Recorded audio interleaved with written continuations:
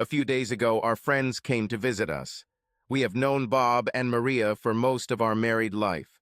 Maria worked with my wife Trina at a large, well-known travel agency. The company has offices in several states. Bob is the boss at the factory. I am an electrician and work at one of the local factories. I've been working there since I returned from the army about 8 years ago. The four of us were watching an old movie called Same Time, Next Year, which was about a man and woman who were lovers for many years. They were both married, but not to each other. They still loved each other and agreed to meet and be lovers every year at the same time for a week. For the rest of the year, they lived normal lives with their spouses and families. Our wives cried at the end of one of the meetings when the couple had to separate and return to their families. "What nonsense," I said. "They both cheat on their families, and you think it's so sad. They must be caught in the arms of their lovers and shot." "Andy, how can you say that? They were true lovers and only met once a year," Maria objected. I replied, "So you two think it's okay for me to have sex with my old girlfriend once a year as long as Trina doesn't find out?" Trina got angry. "You bastard, this is not about you and your old bitch friend Melissa. It's about people who are truly in love. I doubt you'll ever understand that." Bob realized that things were heating up. "Break, it's just a stupid movie. I don't think we should argue over a stupid movie." "Bob," I asked, "if that woman were your wife, would you say that she can cheat once a year? If I found Trina doing this, I would kick her out. And Trina, you had no right to mention Melissa just because she was my girlfriend before I met you. Damn, I didn't say anything about you and your old flame, Zach." "Listen, this is getting out of control. Let's just stop talking about the film," Maria said. "No," I said. "I want to know Bob's answer. What would you do, Bob, if Maria wanted to do the same thing as the woman in the movie?" "Listen, Andy, Maria won't do something like that. I won't answer the question based on some stupid assumption. Maria is too good a person to ever do this to our marriage," Bob replied. I happened to look at the girls, and for a moment something flashed between them. I couldn't say what it was at the time, but it made me feel cold. Maria stood up, sat on her husband's lap, and kissed him. It seems all was well in their happy minds. As for Trina, she didn't smile at me. She stood up and offered everyone another drink. I turned off the movie, and all four of us went into the kitchen to play cards. We usually played men against women. I have to admit that this got me thinking. I thought a lot in the following days. When I finished school, I enlisted in the Army. I signed a contract for 3 years, of which 2 years had to be abroad. I went to our prom with my girlfriend Melissa. I truly believed that I loved her. She was my first love and the first woman I made love to. I always thought we were a great couple and would be together forever. I think I was too naive at the time. The last time we made love was a week before I was supposed to go to work. She didn't come to say goodbye to me because she had another ball. Her parents said she could go to prom with me if she went to another prom, or rather a dance with Eric. He was a bit of a nerd and went to college. There was some event there, and Eric invited Melissa to go with him. Melissa made the mistake of mentioning this to her mother. Do not misunderstand me. I had nothing against Eric, except that he wanted to date my girlfriend. Unfortunately, his mother and Melissa's mother worked together and tried to set them up. It hurt knowing that Melissa would be dating Eric, but she said her mother insisted on it, and she promised me she wouldn't even kiss him. I had been abroad for about 4 months when I received a letter from my sister saying that Melissa was pregnant. I could not believe it. Melissa has been writing to me since I left for basic training. Why didn't she ever mention this? Of course she knew, especially if my sister Jen knew. The only answer was that Eric impregnated her. I was furious. I wrote her a letter calling her every dirty name I could think of. I was fighting in a war, and my girlfriend, soon-to-be ex-girlfriend, was cheating behind my back and didn't even have the decency to tell me she was pregnant. I never wrote to her again after sending that letter. I told her not to waste time writing letters to me because it was over between us, and I would throw her letters in the trash without reading them. I told her that I hope she, Her illegitimate child and Eric will be happy together. I received a letter from her, but I tore it up and threw it in the trash. I never heard from her again while I was abroad. The sisters said Mel and Eric got married shortly before the baby was born. They lived at Eric's parents' house, and Eric took night classes at college to finish his degree. After I found out I was pregnant, I became a hero. I wasn't brave, I was stupid. I didn't care if they killed me. I took to the battlefield like some kind of superhero, saving the lives of many homeless children. I didn't care about myself. I thought I would return home in a coffin. I did not care. I was just a stupid soldier who thought his life was over. I couldn't believe it when my service ended. Not only was I alive, but I also received several awards for bravery. When I returned home, the city held a holiday in my honor. I met a lot of friends and old schoolmates. Everyone shook my hands and smiled. I wondered if a certain woman would show up. I saw her in the crowd with a baby stroller and her husband. She turned around and left without talking to me.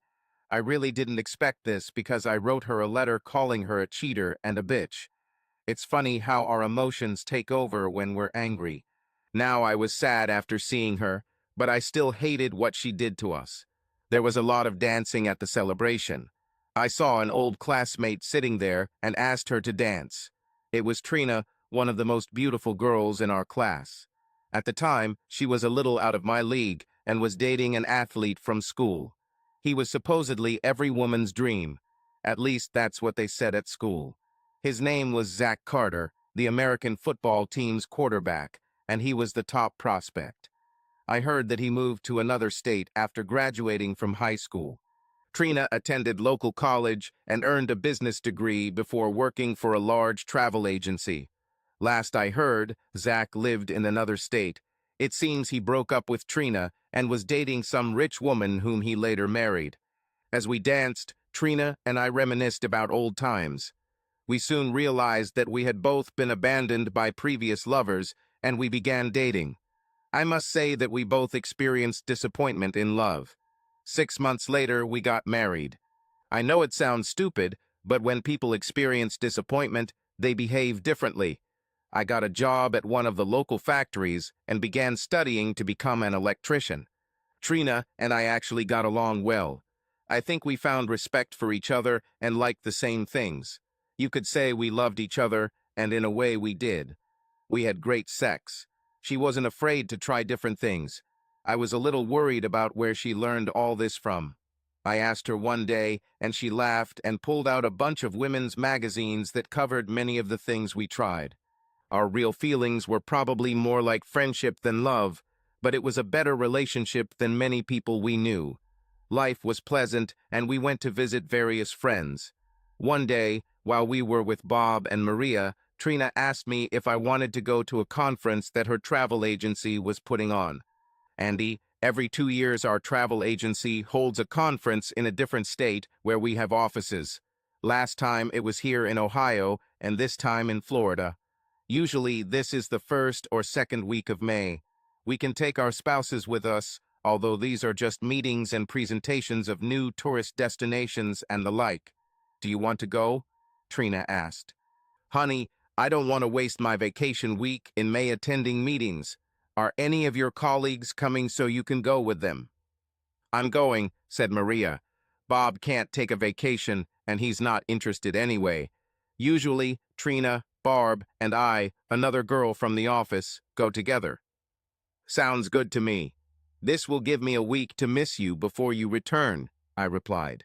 Trina smiled slightly, and she and Maria went into the women's room.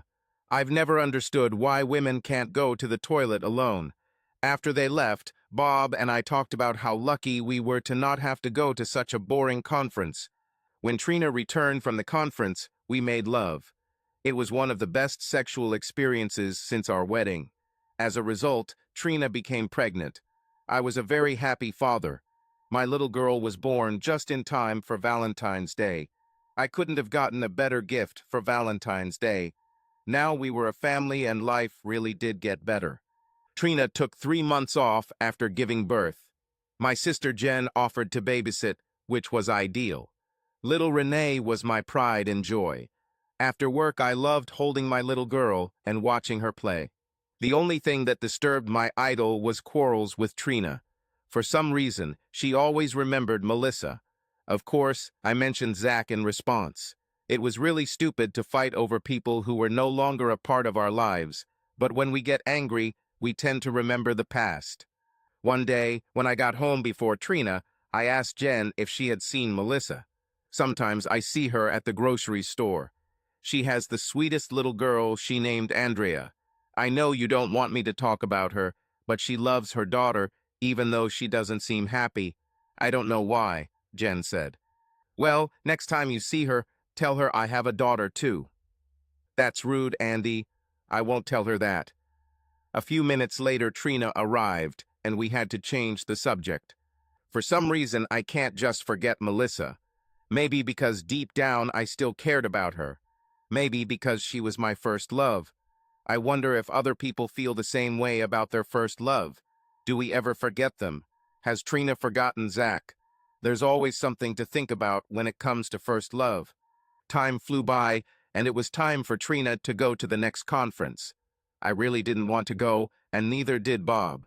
Plus, I had a 2-year-old daughter to take care of, or at least that's how I explained it to Trina. She and Maria went with their friend. When Trina came back, we had great sex again. I've been thinking about sending her to conferences more often. Every time she came back, the sex was the best. Again, a couple of months later, she discovered that she was pregnant. 7 months later, our second daughter was born. We named her Ashley. Valentine's Day was becoming a pretty good day in our house. Life went on as usual, and we lived an ordinary life and quarreled. It's funny, but the longer we were married, the less we had in common. I have often thought that we would have gotten divorced if it weren't for my 2 sweet daughters, Renee and Ashley. Finally, I received my master electrician certificate. This meant more work, but also more money. I usually spend my free time with girls. I understood that they would soon grow up. I wanted to spend as much time with them as possible. Trina and I got along, but it didn't feel like love. I know I'm repeating this, but it felt like we were just doing duty. It seems like most of my friends had similar marriages. We all tried to make a good impression, but behind closed doors, we were more like 2 strangers living in the same house. I tried to joke and have fun with Trina several times, but it usually ended in some kind of fight. When she was planning her next conference, I told her I would go with her. I thought it might strengthen our marriage if I showed more interest in her work. At first, she seemed annoyed that I was going, but after a couple of days, she softened up. A few days later, Bob called me and asked if I wanted to go fishing with him in Canada while the girls were at a conference. I tried to explain to him that I promised Trina that I would go with her. Believe me, Bob, I would much rather go fishing than go to a tourism conference. Just tell Trina. I'm sure she will understand. I already booked the cabin, otherwise I would have changed the date. I go fishing every time Maria goes to a conference. One of the guys couldn't go this year, and we have space. It was Maria who suggested that I ask you. Please at least mention this to Trina, Bob replied. I was sitting on the floor playing with the girls when Trina came home. The first thing she did was talk about fishing. I think Maria mentioned this to her. Andy, she said, I know about fishing in Canada. I think you should go. Really, Trina? I promised you that I would go to the conference with you. Listen, Andy, this is your first vacation since you graduated and became an electrician. You deserve it, and I don't want to take that rest away from you and force you to sit through meetings. Call Bob and tell him to leave you a seat in the car. She smiled at me. I couldn't believe how kind she was. I told her that I would be home in time for our regular sex when she returned from her trip. I quickly got up and called Bob. I also slept with Trina that night. Maybe she really was changing. The fishing trip was great. It was exactly what I needed to unwind for the better part of the week. My sister looked after the children while we were both away. I asked her to stay one night so Trina and I could have our sexy night. Jen just laughed and said she would see me the next day. I pushed Trina onto the bed and made love to her well. It was more of a storm of passion within minutes of her coming home. I remember telling her that we would try to make a boy that night. I don't remember how many times we did this that night, but it led to our third pregnancy. Andrew Jr. was born the following February. All three of our children were born within one day of each other in February. As soon as Andrew Jr. was born, I had a vasectomy. I decided we had enough kids and told Trina that 3 kids was enough and that I wasn't going to use condoms. She didn't look happy or sad about it. Of course, why would she be? She probably thought that 3 children was enough too. About a year after Andrew was born, Jen told me that Melissa wanted to talk to me alone. About what, Jen? What could she possibly want after all these years? I don't know. She filed for divorce from Eric, but I don't know if that has anything to do with it. She seems scared. I think she needs to talk to you. Do you understand that Trina will be very angry if I talk to Melissa? She never loved her. I think I've talked about her too much in the past. I'd be mad at myself if I found out that Trina was talking to Zach. Hell, I don't even know where he lives. Listen, Andy, the last thing I want is to interfere with your marriage. Maybe you can call her from my house or even meet her here once. We're not talking about sex, just conversation. I've always loved her, and I know she wouldn't ask to see me if it wasn't really important. The next day, I actually went to Jen's to meet Melissa. I felt wrong just going there.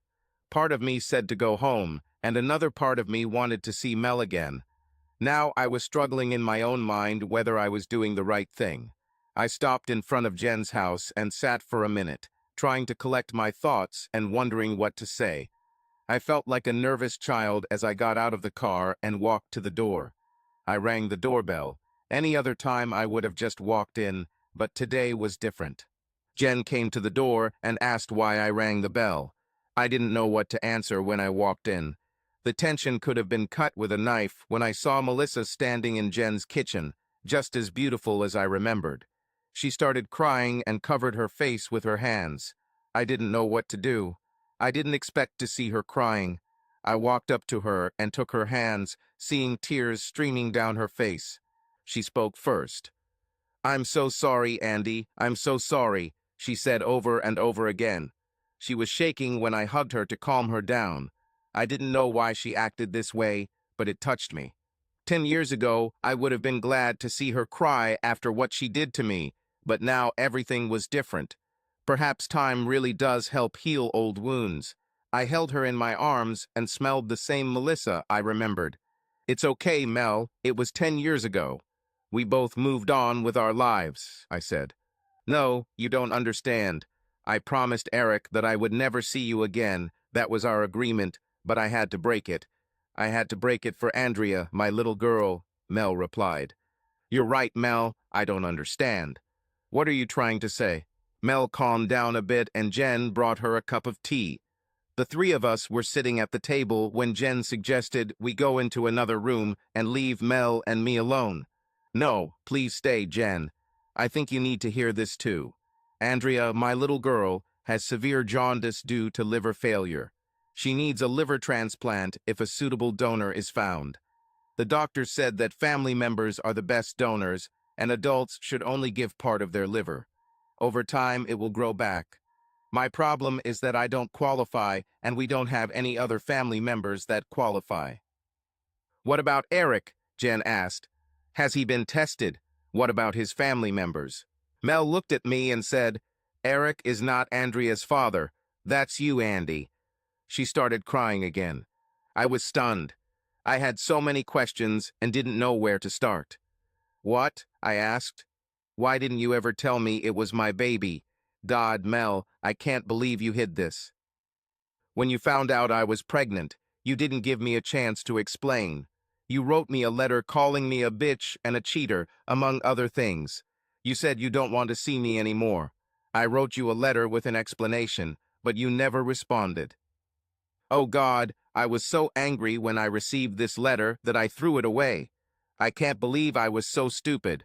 I've been angry at you all these years. Why did you marry Eric? Did he know that Andrea might not be his child?" Mel smiled slightly. "You're so crazy.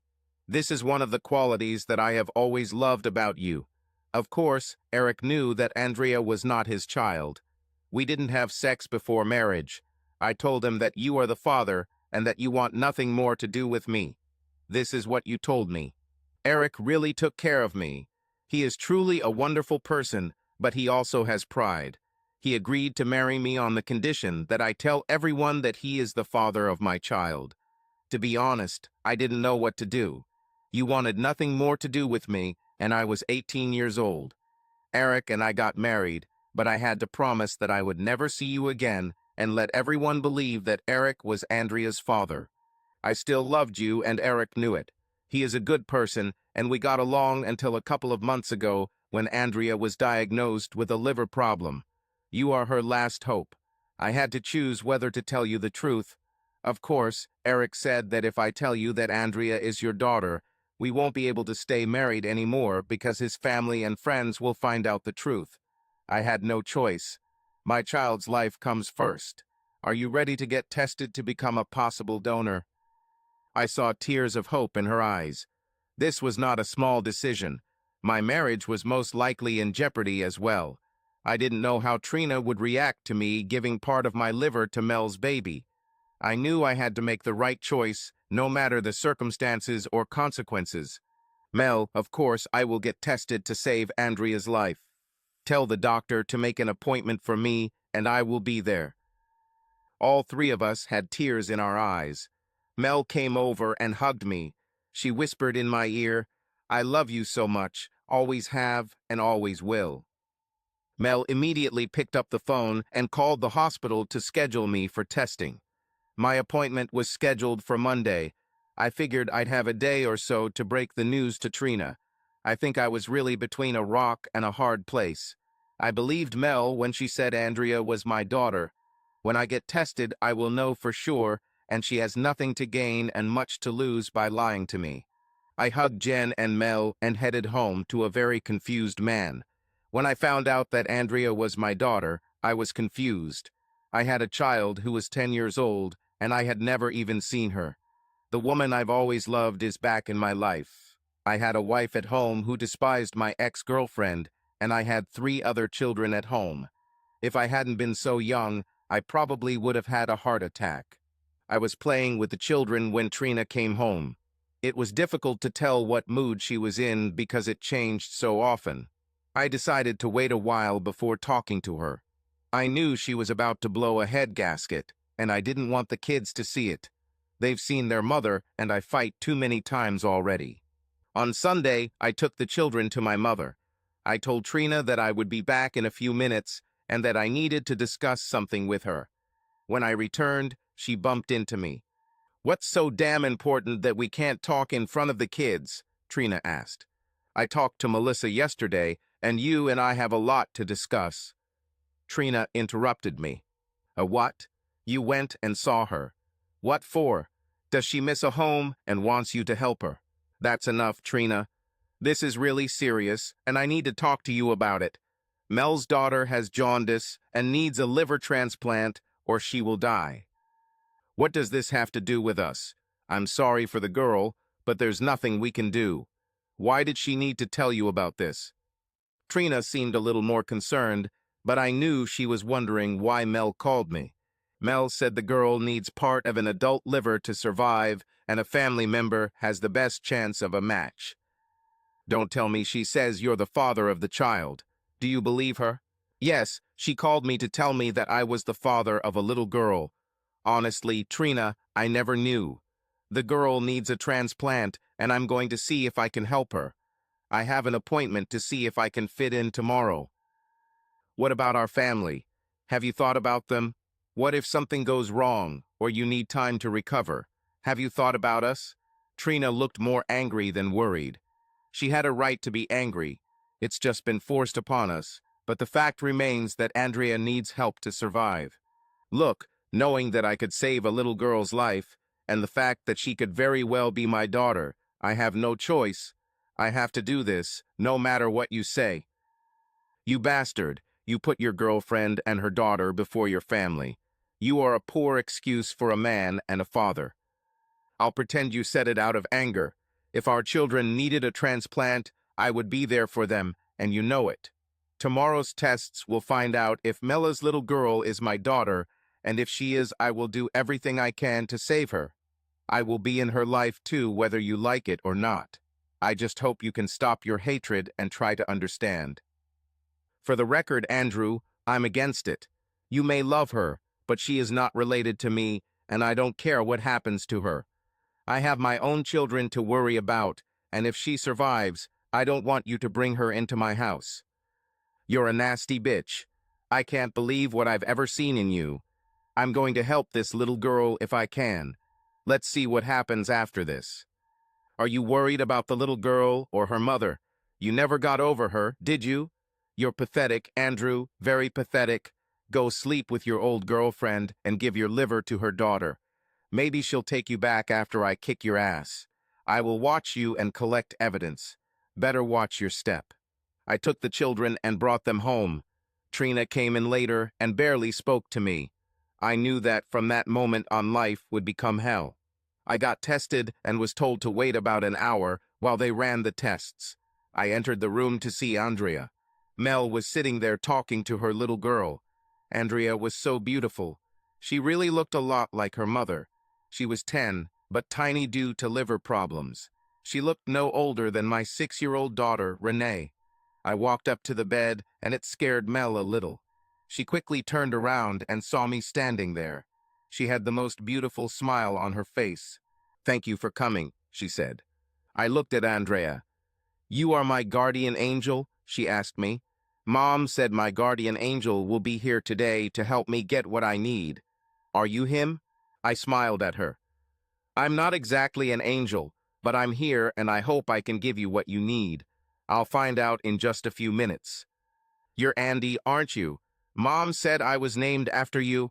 Did you know that? I have to tell you that my mom and I talk all the time. She and I have secrets. When I get better, I will share them with you. Mom said I could. This disease may make me look young, but I am 10 years old and quite smart. Do you have any other children?" The way she said it made me think. Did she know the truth about me? She was talking about other children, wasn't she? She spoke as if she were very smart, but her body looked so fragile. God, I hope I'm perfect for her. "Yes, dear, I have 3 children at home, all younger than you. When you get better, I will bring them to you. It would be great. I like kids.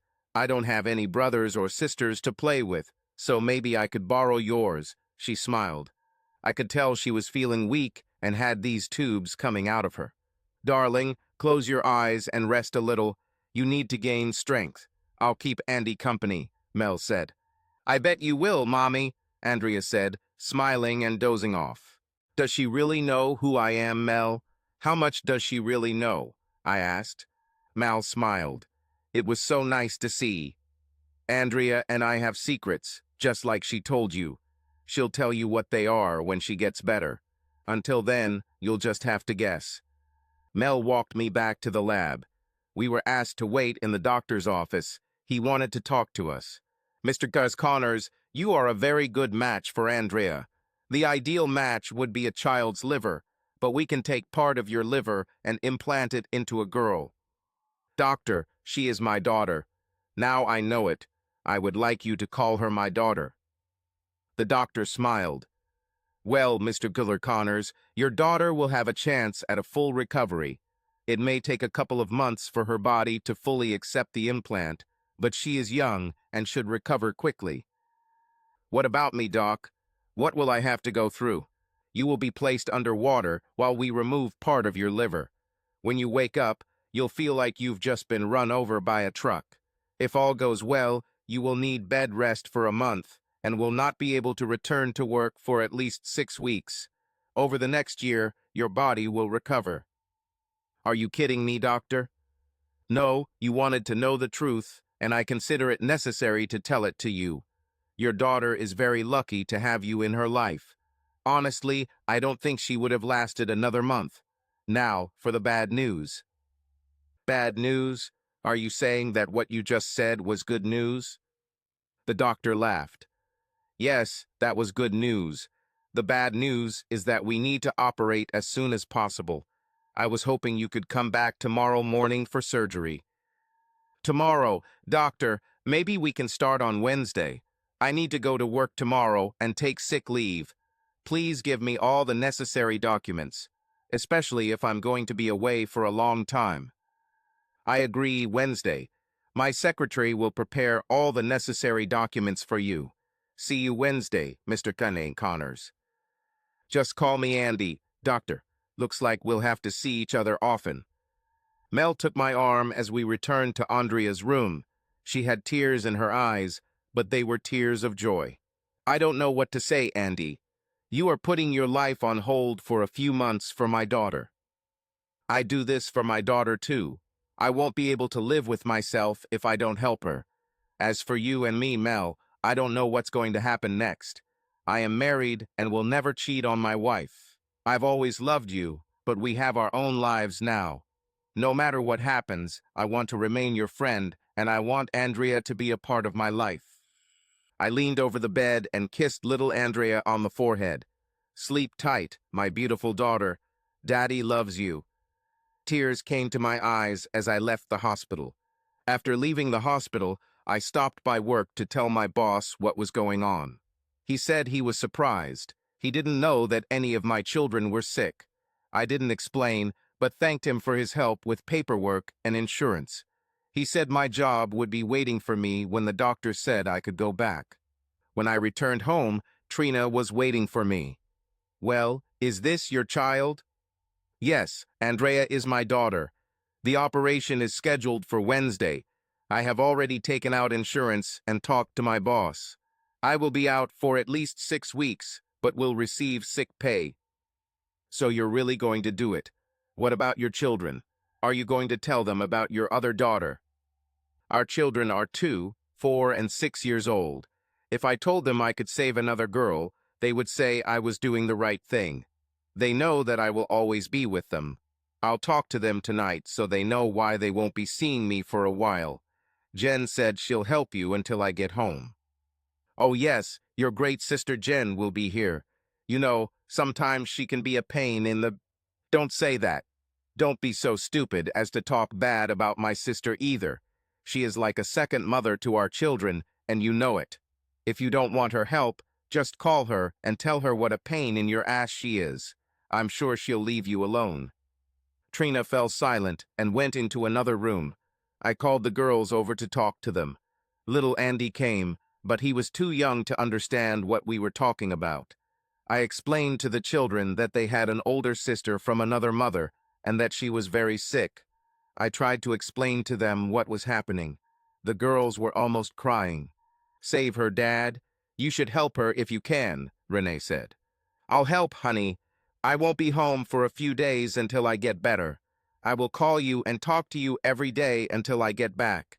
When your sister gets better, I will bring you to her. Aunt Jen will help take care of you while I'm gone. I want you to be good for her and Mom, okay? We'll be good, Dad, we promise. On Wednesday, I went to the hospital. I took a moment to visit Andrea before heading into surgery. She was nervous, but smiling. Hi, Andy. Glad you came. I can't cope without you. I think she had a little bit of my personality. She was a sweet and caring girl. I only knew her for a few days, but I was already proud of her. I turned around and Mel was standing there, all nervous. Everything will be fine, Mel. Andrea is ready, and so am I. She leaned over and kissed me. I mean a real, loving kiss. Thank you, Andy. I will never forget what you did for our daughter. I looked at Andrea and I know that she heard what her mother just said. She just smiled at me as if to say, "Thank you, Dad." I went to my room and prepared for the operation. When I woke up after surgery, I remembered what the doctor said about how I would feel. He didn't lie. I felt terrible. The nurse came in and smiled at me as she ran her little tests. I told her how I was feeling, and she increased the painkiller. I looked around the room, but there was no one. I knew that Mel would be with her daughter, but I hoped that Trina would change her mind and come to me. I was sleeping, and when I woke up, I heard voices. My sister Jen and Mel were talking. "Hello, little brother. How do you feel? You look like shit, she laughed. We always made fun of each other. She was as good a sister as you could imagine. She was married, but had no children. I do not know why. We just didn't talk about it. Jen, don't make me laugh. It hurts like hell. How did everything go? Will Andrea be okay? Mel replied, It's too early to say anything, but the doctor is very optimistic. He said the surgery went well, and now we need to pray that her body will accept the liver. Her body will accept my liver. I don't give away my organs to just anyone. I started laughing. Oh, that hurts.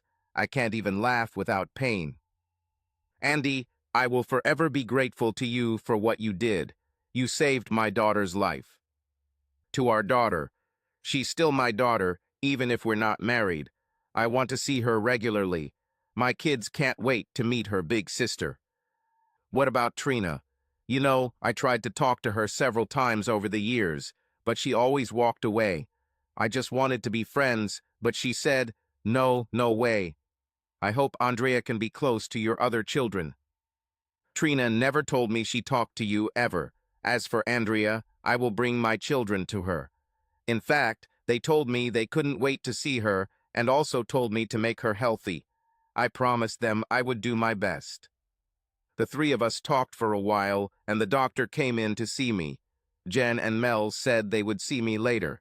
I spoke with the doctor, and he updated me on my and Andrea's health status. Even though I felt terrible, I called home to talk to the kids. Trina answered the phone and asked how I was feeling. Okay, I think. I just called to say hi to the kids. I really didn't want to talk much right now, especially with Trina. Well, I'll probably come see you after work tomorrow. Today was too busy to leave, Trina said. She handed the phone to the children, and they all spoke at the same time on different phones.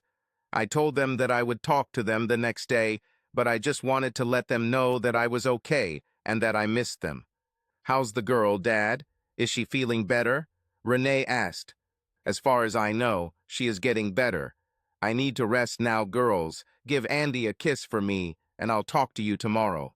I love you all very much and miss you. We love you too, Dad. Bye. The next day, Trina actually came to see me. She asked how I was and how Andrea was. She didn't really seem bothered. It was more like she was asking because she felt she had to. She spent most of her time telling me about a special meeting she might have to attend in Chicago. It was supposed to be in a month or so I'd be out of the hospital and able to look after the kids. She said my sister Jen was with our kids now so she could come and visit me. Her visit left me wondering if she wanted to stay married to me. I had no specific reason to think so, but I had a feeling that she was hiding something. It wasn't a sixth sense, just a feeling. She kissed me lightly on the lips and said she would be back in a few days, then got up and left. A little later, Mel arrived, and the atmosphere in the room changed. I realized that I had married the wrong woman, but it was too late. I had made my choice, and now I had to do everything possible to save my marriage for the sake of my children. I called my kids every night and talked to them like I promised. It was so nice to hear them argue about who would talk to me. Even little Andy got his turn on the phone. At least his first words were, Dad. The next few days passed without much of an event. Trina did come, and so did my sister Jen. Of course, Mel came all the time. She almost lived in the hospital, torn between Andrea and me. I knew that when I left the hospital I would miss her, but I had to try to make my marriage happy. A few more days passed, and I received several visits from work colleagues, and also, of course, my mother came to visit me. She said she was there when I was taken out of intensive care, but I was unconscious. My mom has been here every day since the surgery. She never talked much about it, just visited Andrea and said I did the right thing. I knew from the look on her face that she had accepted Andrea as her granddaughter. She didn't have to say it. This was evident in the way grandmothers talked about their grandchildren. I asked Mel about Erica and her upcoming divorce. He's moving to California. You know, he was always kind of a nerd, but a good nerd. He is a wonderful person, and I will miss him. We agreed to remain friends. He is interested in computers and said he found a job in Silicon Valley. He will be a good husband for the right woman someday. This woman is just not me. What do you do for a living, Mel? How do you plan to survive? Like I said, Eric is a computer genius. He set up my computer. I have a home business and do billing for several medical institutions. I choose my own hours of work. The main thing is to complete the work on time. Eric and I made an agreement where he leaves me the house and furniture. Of course, I will pay the mortgage. We have our own cars, so there are no problems here. We divided our savings after paying off our credit cards. Alimony is not provided. It would be wrong for him to pay for a child that is not his if we are not married. Tears welled up in her eyes out of respect for Eric. Later in the evening, Eric visited me. I was completely stunned. I didn't know what to say. I hope he didn't want to fight because he definitely would have won. Andy, I just came by to say thank you. Thank you? I don't understand. You saved Andrea's life. You will see that she is the sweetest girl and I will miss her. Tomorrow I'm leaving for California. I just talked to the doctors and Andrea's body seems to have accepted your liver. She's starting to return to her normal color. Eric, maybe you and Mel can work things out. I know she respects you. Andy, let's not deceive each other. If she loved me the way she loves you, I would happily stay with her. I played a supporting role for almost 10 years, hoping that she would forget you, but she never forgot and probably never will. We had a good marriage, but I want my wife to love me, not just respect me. Do you understand this? We don't fight and we do a lot of things together, but her heart belongs to you. I can't live like this anymore, especially since everyone now knows that Andrea is not my child by blood. So take care of my family. Do not worry about me. Computers are my first love, and I will be in Silicon Valley. Thank you again, old man, for giving Andrea a chance to live. You are a really good person. Eric, I'm so sorry. I really don't know what to say. What about Andrea? I know she will miss you. You're the only father she's ever known. I have to tell you that my relationship with Mel was based on respect. We decided from the beginning that my name would not appear on the birth certificate. In the father column, she indicated your name and said that you were abroad, so your signature was not required. I know Mel and Andrea have their own secrets. My guess is that she knows about you and Mel. I'm sure she'll miss me as much as I miss her. That's why she needs you in her life. She needs a father figure in her life. Why shouldn't he be her real father? Thanks again and take care of them. They both need you. Before I could say anything, Eric turned and left the room. I lay there and thought about how difficult my life had become. At home I have a wife and a so-so marriage with 3 wonderful children. On the other hand, I have an ex-girlfriend and daughter to whom I just donated part of my liver. Damn, not a good situation, I thought. It won't be long before I can return home. I was not allowed to lift anything heavier than 5 pounds. My girls understood this, but Andy knew nothing and wanted to be held. At the very least, he agreed to crawl in next to me and sit on the bed or sofa. My girls were like 2 little mothers taking care of me. Trina went to work every day, and when she came home, we were friendly to each other. Jen stopped by every day for a couple of hours to see if I needed anything. She was a huge help to me. I also talked to my mom daily to keep her updated on my condition.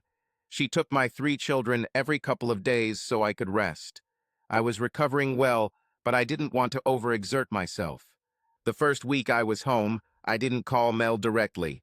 Jen would stop by the hospital or call Mel to see how Andrea was doing. She had to spend another week in the hospital.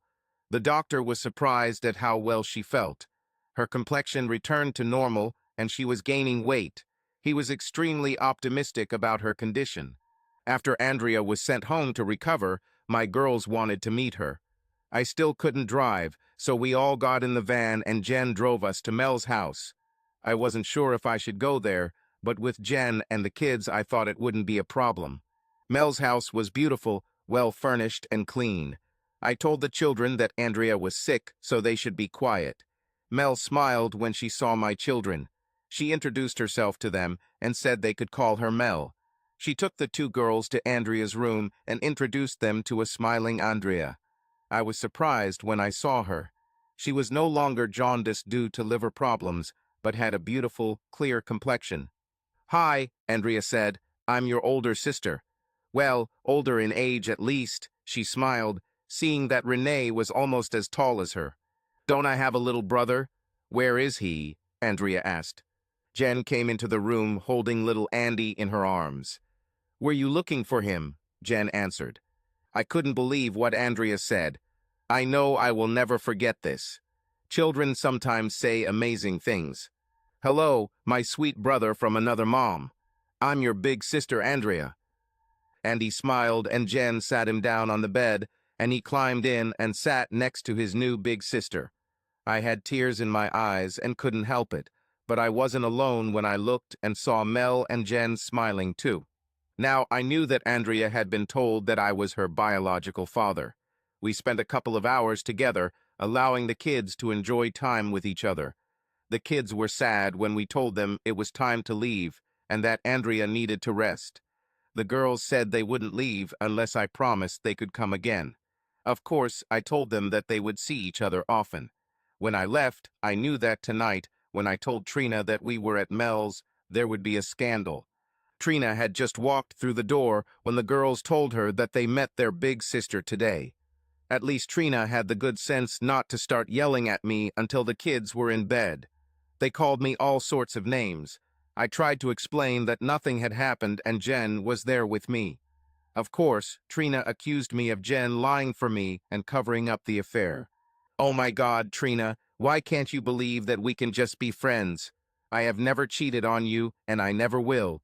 My family is too important to me to just go and have an affair, and you accuse me of lying to you.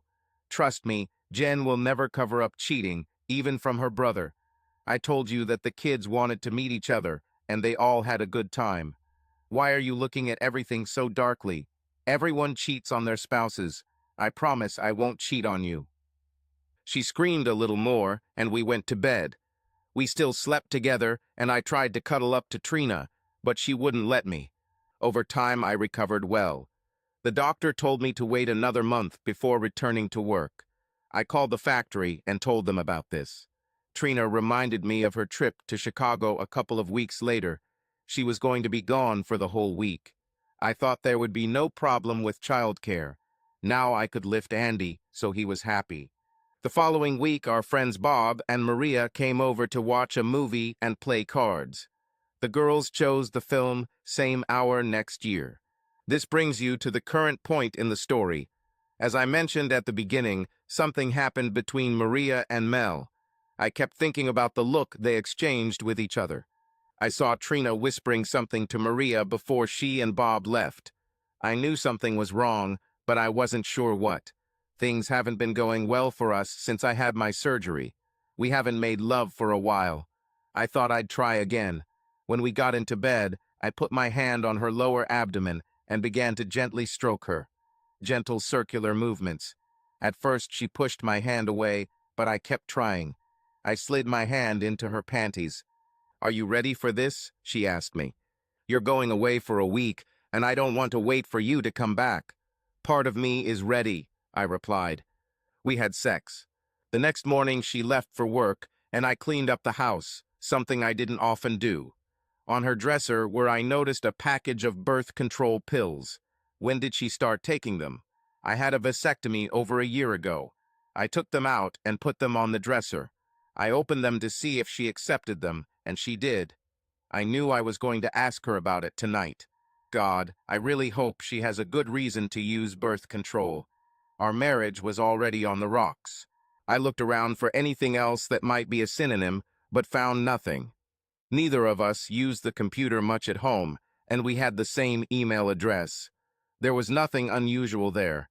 I checked some of our phone bills, but they looked fine. Perhaps I was becoming paranoid. When Trina came home that evening, I told her about the birth control pill.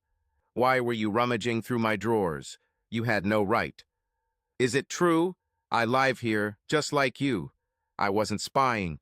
After the great sex we had last night, I thought I'd help clean up the house and was just putting your clothes away when I noticed the pills. Are you going to do this? Explain to me why you are taking them, knowing that I had a vasectomy. Bastard, you say you trust me, and then you give me the third degree. I'll tell you why I should take the pills. A few months ago, I was having problems with my period and went to the doctor. She suggested I take pills to help control the time of the month and lead a more regular lifestyle. Why didn't you tell me you had girl problems? What would you do? They would have prescribed me pills or advised me to go to the doctor, as I did. Besides, you were too worried about your other family at the time. I didn't want to bother you with my medical problem. This is inappropriate, Trina. You are my wife, and you mean a lot to me. I'm sorry I doubted you, but I got worried when I saw the pills. I was afraid. I was afraid that you might have an affair. I'm really sorry. Okay, now you know why I take the pills. It's not because I want them, but because my doctor prescribed them. I felt better after talking to her. I admit I still had my doubts, but I wanted to believe her. On Thursday evening, we had sex again. It was an almost instantaneous repeat of that day. On Friday morning, she was in a great mood. She kissed me and the kids goodbye before leaving for Chicago. I told her to hurry back so we could pick up where we left off. On Saturday, I took the kids to see Mel and Andrea. We spent this day together like one big happy family. I wish my life could be like that with Trina instead of fighting all the time. There were feelings between Mel and me, but we both knew better than to act on our feelings. On Sunday, I was watching TV with the children when there was a knock on the door.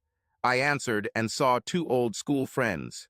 April and Mandy graduated from high school with Trina and me. They were gathering information for our next high school meeting. They wrote down as many facts as possible so they could print out a book and give it to all our former classmates. They got our address from Melissa. I forgot that she told me about this. I invited the women in and poured us all some tea. We did all the preliminary "how are you" and "what's new" questions. April spoke first. So, Andy, tell me what's new in your life and where you're working for our book. I told a few facts about joining the service and where I am currently working. I didn't know if Melissa told them about the surgery, so I didn't bring it up yet. Then they asked me about Trina. I told them about the travel agency Trina worked for. Mandy looked surprised. Oh my God, this is so weird. What's weird about working at a travel agency? I asked. It's just that her old boyfriend, Zach Carter, works at the same travel agency, but in Chicago. This is so strange. Both are old friends working in the same company, but in different states. How do you know that, Mandy? Have you talked to him? No, we spoke to his mother last week. She told us all about him and how rich and powerful he was. I remember in high school, all the girls wanted to date him. His mother says he is still in great shape and exercises every day. Can I get a copy of his profile? I think Trina would like to contact him. I didn't really need information for Trina. I wanted this for myself. I started to smell a rat, a very big rat. I had a feeling that Trina knew everything about Zach, but firsthand. Of course, Andy, I have an extra copy of his profile, but you'll probably have a hard time finding it. Why is this? According to Zach's mother, his wife is an Illinois state senator. You'll probably have to get tested just to see them, Mandy laughed. I laughed with them. I was burning inside. After receiving Zach's profile, I said goodbye to my old classmates. I thought I'd call Bob to talk and see if he knew anything about Zach. I gave it up. I didn't want to involve Maria just in case I needed information from her. Instead, I called Trina's room in Chicago. The phone rang 5 times before Trina answered. She seemed to be breathing a little heavily. "Hello," she said. "Well, hello, dear wife. How are you doing this fine morning?" "Why are you calling me, Andy?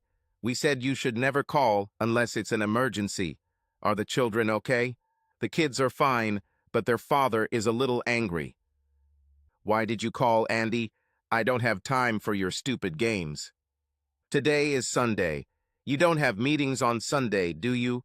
"Oh, I forgot. you're having one of your secret meetings with Zach. Did I interrupt your damn session? I'm really sorry. Enough, Andy. I've heard enough of your nonsense. We'll talk about it when I get home next week. You stupid bitch, I can hear him in the background. Of course you can't have sex and talk at the same time.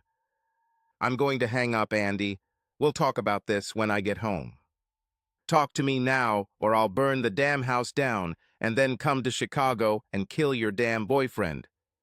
I heard Zach whispering to Trina in the background. There was no reason for this stupid bastard to remain silent. You're going to tell your damn boyfriend to shut up, or I'm going to end this conversation with his wife, the senator. Please, Andy, don't call her. I heard her say something to Zach. Zach, get your hands off me. He damn well knows you're here. We can't hide it anymore. He'll call your wife if I don't talk to him now. How long have you been dating him? Since you don't want to answer me, I think it's been about 7 years. No wonder you come home and want to have sex. You couldn't get it out of your system. Or did you want to have a child with him and cover it up by having me? Please, Andy, I can't think right now. Please, let's talk later. Whose children am I raising, mine or your lover's? Tell me, whose children am I raising?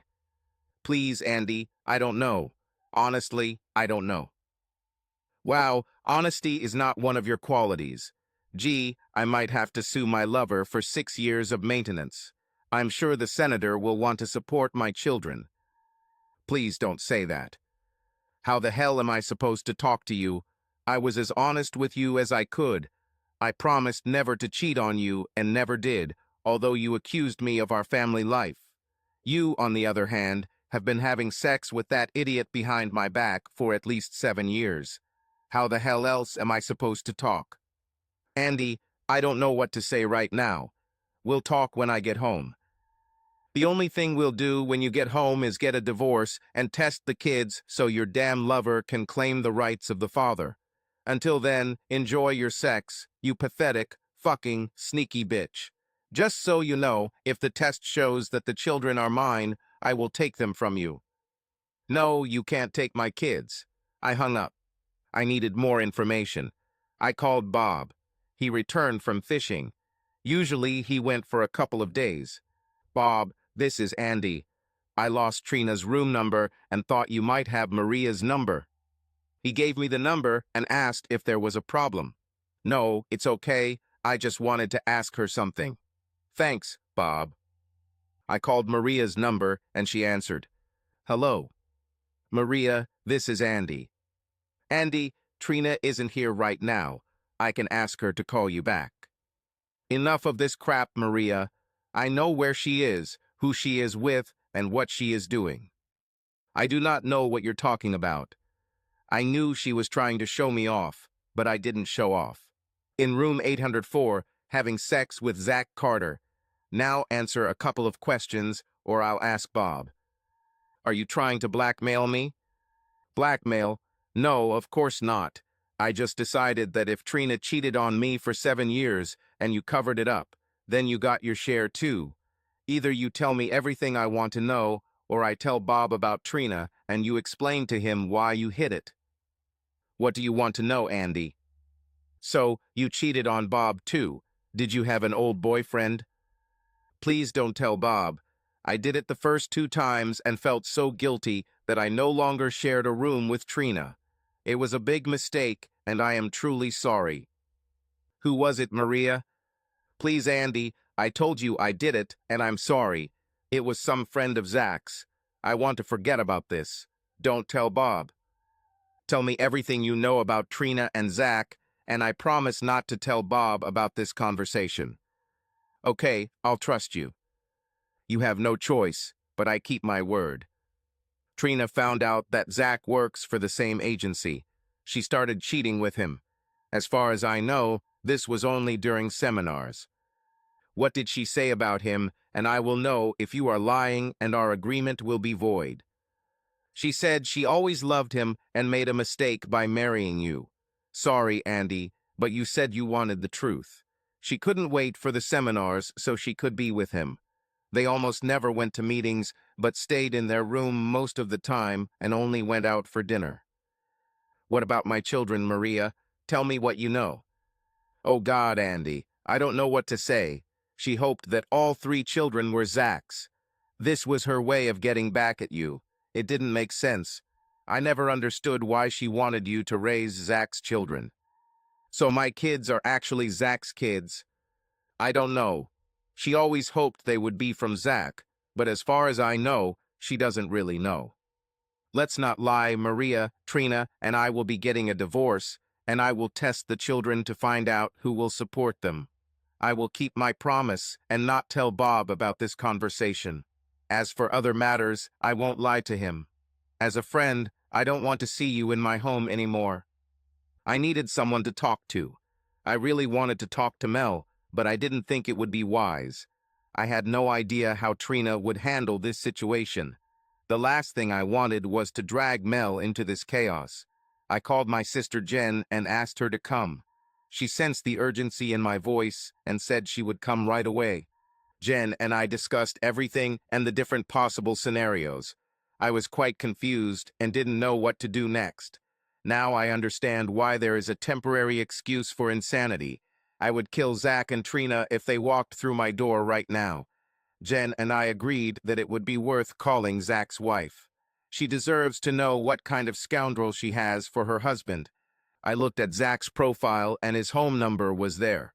I called, but the secretary answered. I asked to speak to Mrs. Sis Carter. After a pause, I was told to wait a minute. "Who is this?" asked the woman. "This is Andrew Connors from Ohio. Are you Mrs. Sis Carter?" "Yes, it's me, but I'm known as Senator Conroy. My husband's last name is Carter." "Well, Senator, your husband is sleeping with my wife at the hotel. I thought you should know about it." "Damn it, he said he wasn't dating that married woman anymore. Is her name Trina?" "Yes, this is Trina Connors from Ohio. His high school girlfriend will soon become my ex-wife." "Mr.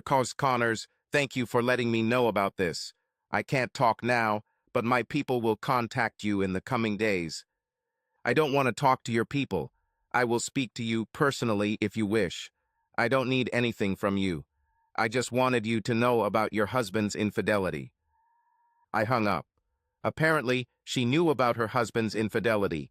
I wondered if Trina was his only mistress.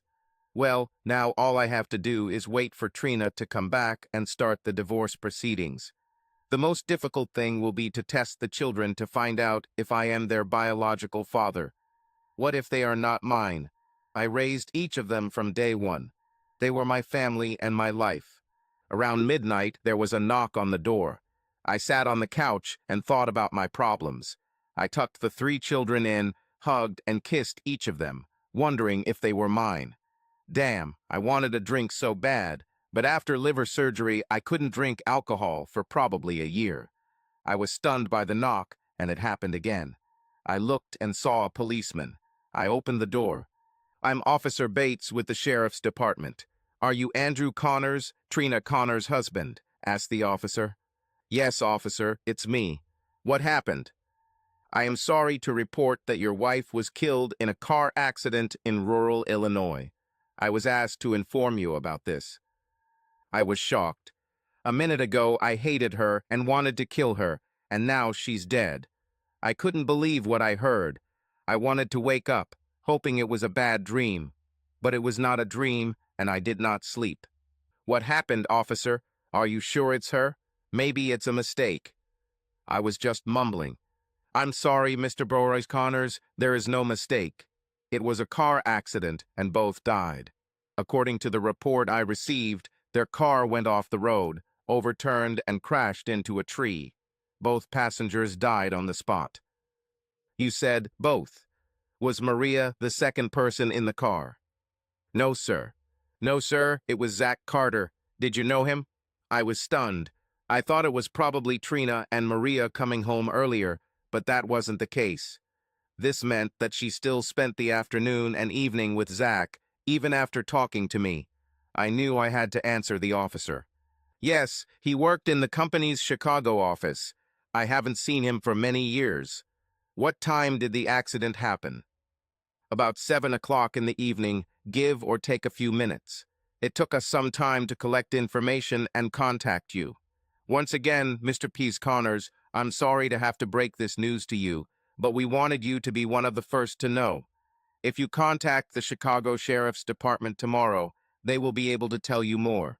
Good night, sir. Thank you, officer, I said, closing the door. At that moment, I was stunned. I felt hatred, loss, love, disgust, and even fear. Fear of what to do next.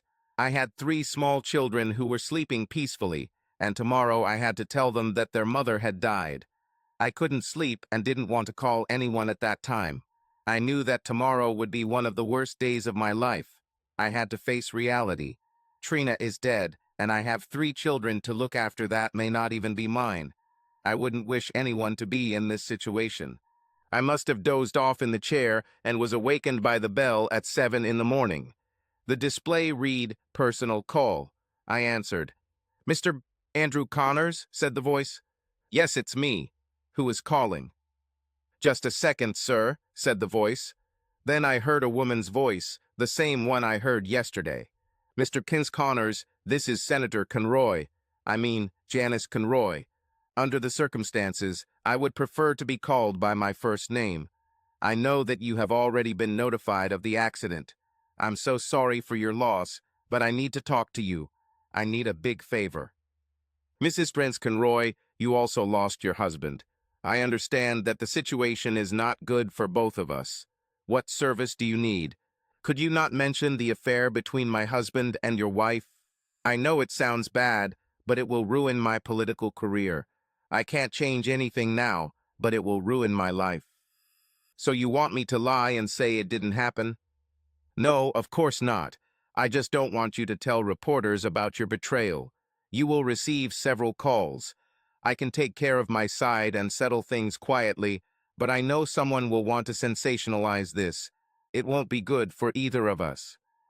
Mrs. Conroy, I will keep the affair a secret if you will do 2 things for me." "What would you like?" "I will do my best. I want a real report on the accident, the one that is hidden by high-ranking people. And I also need a sample of Zach's DNA. You know why. I'll do everything I can. I expect it soon after the funeral. Please don't think of me as a weakling. I want to know. No, I must know. The truth at any cost. I will give you everything you asked for. I just hope you keep your word and don't tell me about the cheating. I always keep my promises, Janice, always. Okay then, I'll get the reports to you as soon as possible, and thank you." I hung up and made myself some coffee. I knew it was early, but I called Jen and told her about the accident. This surprised her, but she said that she would come right away. My mom and dad always got up early, and I told them too. Now comes the more difficult part. I called Trina's parents. Her father answered, and I told him the sad news. I explained everything I could and said that Trina and Zach were just going out to dinner and Zach was driving her back to the hotel when the accident happened. They asked me to keep them informed and I, of course, agreed. My kids woke up and I made them breakfast. When Jen arrived, we all gathered in the living room and told the children the sad news. "Renee, Ashley, you need to be very brave. Mom died and won't come home." Tears just welled up in their eyes, and they started crying. Of course, when little Andy saw his sisters crying, he started crying too. It was the hardest thing to see my children cry. I hugged each of them and let them cry. I tried to be strong for them, but I cried too. I held the girls and Jen held Andy. We tried to answer all their questions. There was a knock on the door and Jen simply shouted, "Come in." It was Mel. "I'm so sorry to hear what happened." She and Andrea cried too. Ashley ran to Mel and sat on her lap as Mel sat down and began to gently rock my youngest daughter. Andrea sat down next to her mother. "How did you know?" I asked Mel. Jen responded, "I called her after you called. I hope you don't mind." Of course not. I was just surprised. After the children had calmed down a bit, Andrea offered to take them to their rooms and play games with them. This was a lifesaver because the phone started ringing right after they went to their rooms. These were journalists and reporters. They all said the same thing. We just have a few questions. I would get angry and just hang up. Jen said she would handle the calls. She responded to the next reporter. Look, I don't understand why all you journalists keep bothering us. My brother just lost his wife. He has 3 small children, and we are not celebrities. We need privacy. I don't care that Zach Carter was married to a politician in another state. This has nothing to do with us. Why don't you bother her if it's so important to you? We turned on the news, and the report said, a local woman died in Chicago last night. She was with the husband of State Senator Janice Conroy. Conroy, said the woman, Trina Connors of Ohio, was a colleague of Zach Carter, and they were just returning from dinner. She had spoken to her husband earlier that evening and said she would not be able to join them. She was very saddened by the loss of her husband and expressed her condolences to Mr. Kaz Connors and his family in Ohio. We will provide more details as they become available. Now it is clear why we are called. I think we should prepare a story for these pesky reporters and repeat the same thing until they leave us alone. I'll take the next call, Jen, I said. Hello? Yes, this is Andrew Connors. Look, I don't understand all these calls. I'll tell you what I know. Zach Carter and my wife Trina worked for the same travel agency, but in different states. They periodically met and discussed travel opportunities. All they did was go to dinner and were returning to her hotel when the accident happened. The man continued to ask questions. Yes, I talked to my wife that morning and knew they were going to dinner. They had been friends since school. I knew Zach personally. We all studied at the same school. It was a terrible accident, and we will miss it. I encourage you, if you have any further questions, to contact your senator. I hung up. Jen and I took turns answering those stupid dings since they're about the same size. If looks could kill, dear Mel would have killed me on the spot. Jen started laughing. You are a stupid, stupid man. You want to give your dead wife's clothes to your ex-girlfriend. I don't think so, little brother. She said they were beautiful. I was just trying to be nice and let her take what she liked. Women, I will never understand them. What should we do with them? Jen looked at Mel as if I wasn't there. Let's have a garage sale and sell all the clothes. They should bring in some good money. So that was the next thing they were going to take on. The phone rang, and I heard a familiar voice on the other end. After I hung up, I asked the women to take their children and go with them to the park or somewhere else for a couple of hours. I told them that a person would come to me with whom we needed to talk privately. I promised to explain everything later. After they left, there was a knock on the door. It was Senator Janice Conroy and her driver. Please come in. I was waiting for you. Her driver remained sitting on the porch while she went inside. I was surprised by her appearance. She was a very pretty woman, but she was probably over 50. I didn't know she was so much older than Zach, because Zach was our age. Mr. Carter Connors, I was in Columbus, Ohio on state business, and decided to make this short trip to give you the information you requested. She handed me an envelope, telling me it contained an unofficial accident report as well as Zach's DNA profile. Would you like a cup of coffee, Mrs. Conroy? Please, for today, just call me Janice, and a cup of coffee would be nice. Just a little cream, please. I want to thank you for not disclosing the betrayal. It would not do any good if the truth were known. I got a call from the insurance company, and they asked me to talk to you about a possible settlement. Janice, I don't need your money. I just want this to end so my family and I can move on with our lives. Andy, dozens of lawyers will call you, promising millions of dollars if you contact their firms. The truth is that the case could remain open for years as they dig deeper and deeper. The insurance company doesn't want this to happen, and neither do I. They made you an offer. If you accept it, the case will be closed. No one will bother you anymore since the matter will be settled. What kind of proposal is this? Is this your money? Like I said, I just want it to be over. It's the insurance company's money. They will offer you $100,000 for each of your children and put it into trust accounts. Payments will be available once the children reach 18 years of age, and you will be the custodian of those accounts. Children will receive money only with your permission until they are 25 years old. After that, they will manage their accounts independently. Why are they offering this money? Was there some kind of violation? No, it's just that everyone is obsessed with lawsuits now. Filing a lawsuit is easier than finding a job. That just closes the case. They will also pay for all medical expenses from the time of the accident. You know, hospital bills, ambulances, and any other expenses. So you get $300,000 plus medical fees. It's $400,000 plus medical ones. I have 4 children, not 3. My other daughter lives with her mother, but if I accept this offer, she should also get a share. Sorry, I didn't know about this. I will make sure you get enough for all 4 children.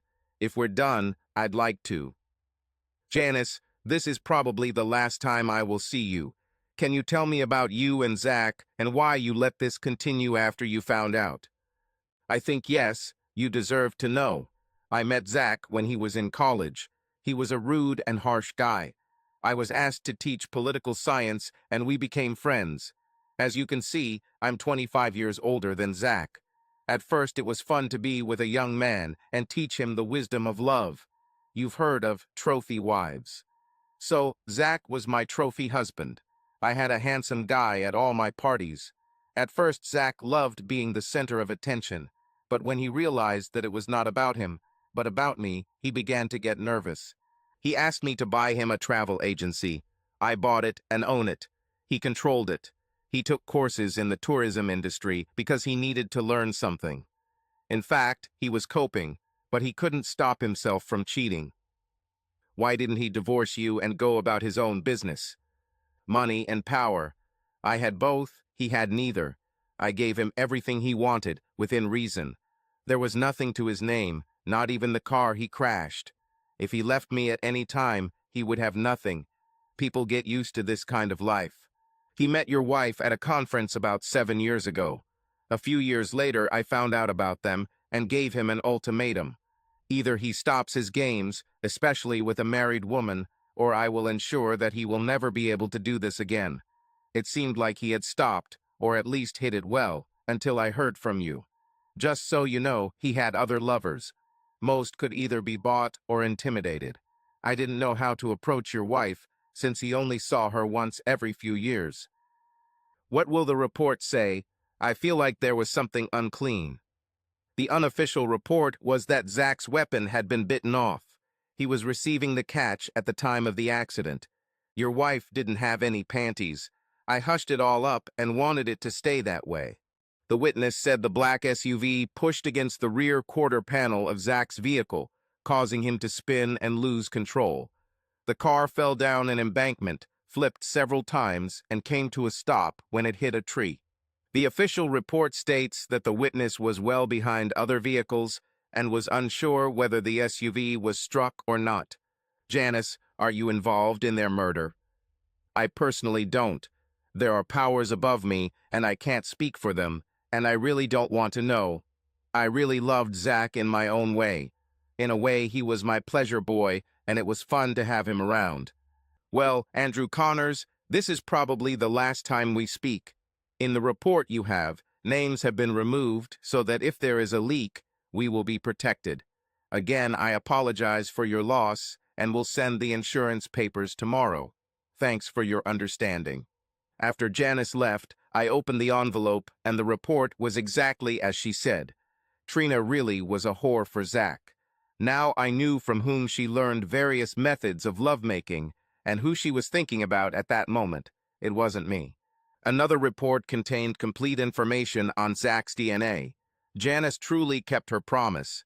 I still wondered if she was involved in the accident. Perhaps it's better for me never to find out. When everyone returned, I told the girls who my visitor was. They were surprised to find out who it was. I explained our agreement and that the senator had done her part. The girls asked to read the report. Are you sure you want to read this? I know you're a woman and curious, but this is a pretty serious thing. You won't like what you read." Mel looked at me. "Andy, because I care about you, I'll forget about you calling us nosy. You can't go through life alone. You need to share this with someone so you can discuss it if necessary." She smiled sweetly at me after that. They were upset after reading the report. Like me, they hoped that maybe Trina felt some remorse after talking to me that morning. I told them some of the things that Janice Conroy had shared with me. My sister Jen said, "I know it's terrible to say, but maybe Trina's death was a blessing. How much worse it could have gotten if this had continued with children in the middle of it all." I knew she was right, only she said it out loud. That's how Jen was. She wasn't afraid to speak her mind. After she left, I sat at the table, reading the report again and looking at Zach's DNA report. Mel sat down at the table next to me. "What are you going to do about it?" She pointed to Zach's DNA report. "I have an appointment at the clinic tomorrow to check on the kids and see if Zach is their biological father." "Don't do this, Andy. For your sake and for the sake of your children, don't do this." "I need to know, Mel. I need to know." "Why? Why is this so important now? Zach is dead, Trina is dead, and nothing good can come of this. What if you are not the biological father? What are you going to do? Will you give up your children, send them to an orphanage? Will you raise them with hatred in your heart? Please, Andy, listen to me. You are their father. You have been with them since each of their first days. You attended their birth, changed their dirty diapers, but most importantly, you were always there. You are the one they call Daddy, no one else. Don't plant these thoughts in their heads and hearts. Please promise me you'll think about it, Andy. Think about your children." "Okay, I'll think about it tonight. If we go, I'll come see you tomorrow after we finish." Mel kissed me lightly on the lips. It was so nice. She called Andrea and they went home. I kept my promise and gave it serious thought. It was already close to lunch the next day when I pulled up to Mel's house. The children jumped out and ran towards her. Andrea was at school, but Mel told them they could play in her room. Renee was supposed to be at school, but I had already let her go a day early. "You did it, didn't you?" said Mel. "Sorry, but I promised the children," I replied. "What? Did you do this for the children? What are you talking about?" "I promised the kids I'd take them to McDonald's for lunch, and I'm keeping my promises." She smiled. "You didn't go for it. You know what I mean, not lunch." "No, I thought about what you said. They are my children and always will be. I want it to stay that way. So what now?" I was sitting on Thivan, and Mel came and sat on my lap. This is the closest we've been since the funeral, other than the occasional kiss. It was so nice to be around her. She was a wonderful woman. "You mourn for a while, and we start dating, and then you ask me to marry you, and I say yes, and we live happily ever after, just like in a storybook." She had the most beautiful smile on her face. I smiled too. "What if I don't want to marry you? What then? Then I'll just live with you. I already lost you once. It won't happen again. Besides, I heard the children talking. They like me, you know, and I love them." "What about sex? Are you all right?" I started laughing. "Darling, with you it will be more than just sex. It will be love, and it will be great." Mel was laughing too now. Around the same time, Andrea came home from school. She saw Mel sitting on my lap and started smiling. Andrea shouted to the other children, "Renee, Ashley, Andy, come here quickly. There's something you need to see." Chalk stayed where he was. She didn't move an inch. The guys arrived. Andy, of course, was the last. They smiled at Mel. Ashley spoke first. "Does this mean that you will be our mother after our mother dies?" Mel got off my lap with tears in her eyes, walked over, knelt in front of Ashley and hugged her. "Darling, I will gladly be your mother. Your other mother will always be with you in your heart, and I will be here to take care of you." Andy wanted a hug too, so he walked over and Mel hugged the little guy. Renee came up to me. "Dad, when will you get married and where will we live?" "Well, honey, first I want to make sure you kids want us to get married." "Of course, Daddy. What a stupid question. We already love Mel and Andrea's dad. We just want to know where we're going to live. Honey, I haven't even asked Mel for marriage yet. Well, do it, Daddy. Do it right now. All the kids started shouting, "Do it, Daddy," even little Andy. I laughed and Mel almost cried. I walked over to her and took her hand as she stood up. I knelt down in front of her and said, "Mel, the kids and I love you. Will you be their mother and my wife? I need to buy you a ring to make this official. I didn't really plan it today, but I can't think of a better time with better witnesses." Before I could finish, the children began to say, "Answer him, Mommy, answer him." It's funny that even before she answered, the children started calling her Mom. How long will I have to think about these children? It's a big step after all, Mal replied with a smile on her face. Just a minute, Mom, Andrea replied. We both know you've wanted this your whole life. Oops, there's another secret. Andrea looked at me and smiled. Mal tried to look serious, but he didn't do a good job. After careful consideration, I decided to say, "Yes, I will marry you, Andrew Connors." The kids jumped up and down and said, "Kiss her, Daddy, kiss her, and make the deal." I did just that, and it was so good. Kids, so you know it will be a while before we get married. We have a lot of things to do first, but we'll see each other almost every day, Mal replied. She did not want to explain to the children how to wait after death. She told them they could call her Mom if they wanted. After the kids returned to Andrea's room to play, I looked at Mel smiling. Everything went well, she laughed. If we're going to date, are we going to have sex? If so, can we do this on the first date? I asked. For you, my love, any time. We don't even have to make a date. Having said this, she went to the phone and called my sister Jen. What was all that about? I asked. Jen is coming over to take the kids to the movies. They wanted to see the children's movie Happy Feet, and Jen took them. Darling, I have a question for you. Will you and I stay here and make the deal we made earlier? Before I could say anything, she called the children back into the room. The kids, Aunt Jen and Uncle Ralph, are coming to take you all to Happy Feet. The children all started jumping up and down. Dad and I have some things to do, but we'll be here when you get back. Be good to Aunt Jen and Uncle Ralph. Can you hear me? Yes, Mom, we can all hear you, answered a smiling Andrea. Jen and Ralph showed up a few minutes later. Ashley ran up to them as soon as they walked through the door. Mom and Dad are getting married, and you can come to the wedding, but we don't know when it will be yet. Jen looked at us, kind of unexpected, isn't it, guys? She smiled, which meant she gave her approval. Renee said, "Yes, Dad proposed in front of all of us. It was great. They kissed, and that was it to seal the deal." "All?" replied a smiling Ralph before Jen nudged him.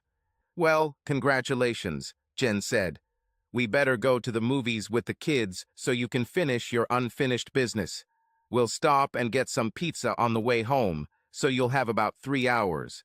I hope you can finish your business by then." "Why are you laughing, Uncle Ralph?" Ashley asked. "I was just thinking about the dancing penguin we'll see. It should be a good film." After they left, I played dumb and asked, "What unfinished business do we need to do?" Mel pulled me into her bedroom. "I have waited over 11 years to hold you again. Please make love to me, but don't forget that we are on a 3-hour schedule." "Honey, I'll only need 3 minutes for the first round." We both started laughing as we took off our clothes. We survived the Christmas holidays. We spent a lot of time together. We were a family, just not married yet and still living in our own houses. We tried to wait as long as possible, but the children wanted us to get married as soon as possible. After the holidays, the kids got together and asked if they could have a big birthday party for Valentine's Day. Angie smiled. We've been calling her Angie since the kids did. We asked them how they managed to get Angie out of Andrea, and they said they already had Andy, their little brother. So they chose Angie. Andrea didn't care, and we didn't care. Dad, 3 other kids have birthdays the week of Valentine's Day. For me, of course, it's in March, but that's normal. We want to get you and Mom married, so we decided to throw a big birthday wedding combination for all of us.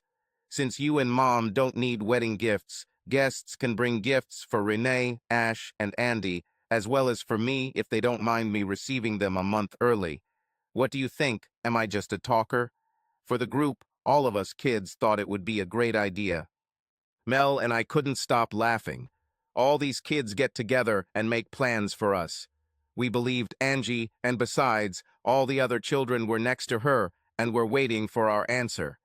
The problem we faced was what to do about it without hurting their feelings.